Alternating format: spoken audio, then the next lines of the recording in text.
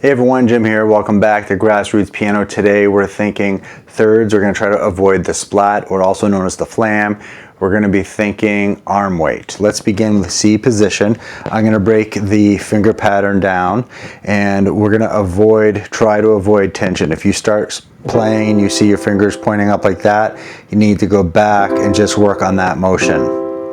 All right, so now the next part's going to be after I do the triad, we're gonna have the 2 and the forefinger on the F, like this. And then back to the C and E, and then the D and F, and then E and G.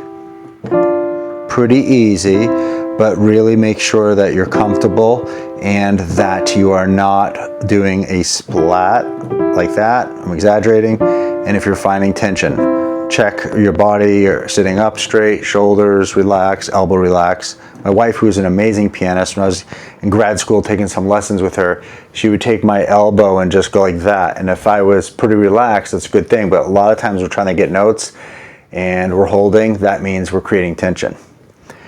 So by itself, that's how it starts. The 3 notes, and then here, back to C and E. And some learners will have a hard time with the 5 and the 4 fingers, so you really have to take your time with that. Really think about supporting your sound, not just pressing keys. And now with the left hand, it's the same idea. C, E, and G, then the D and F. Back to C and E. And when you get that down, when you feel pretty comfortable, you're gonna add in both hands.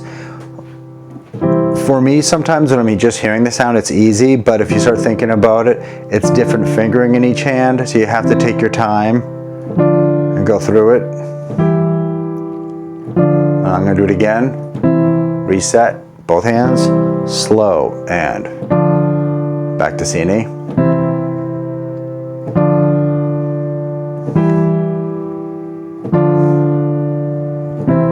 And then as you get comfortable, don't sacrifice your good sound by going fast and sloppy.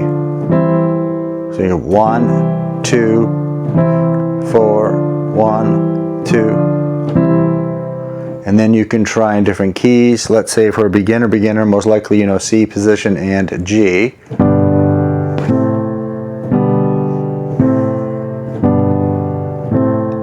Try to hear the difference between your left and right hand. And then you get that down and go to D.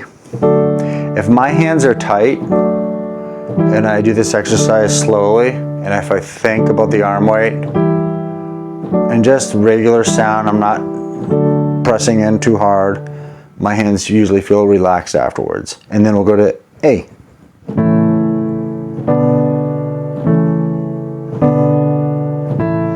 You might see some tutorials, they'll say start on D flat, which is great. Unless if D flat's completely brand new to you, then you have 2 other things to think about. The reason D flat's awesome is because it naturally curves your hands. You have to bring your hands in. But if you haven't played D flat, you're going to be thinking a lot of other things. See the coordination here? There's white and black keys, so I would definitely do the keys you know. Alright, so as always, if you like my content, please consider hitting the like button because it helps the channel out, and I'm really excited that the channel's growing. Most importantly, I'm excited for all of you, where your passion is building, you're learning, and you're improving every day. So until next time, please take care. Bye for now.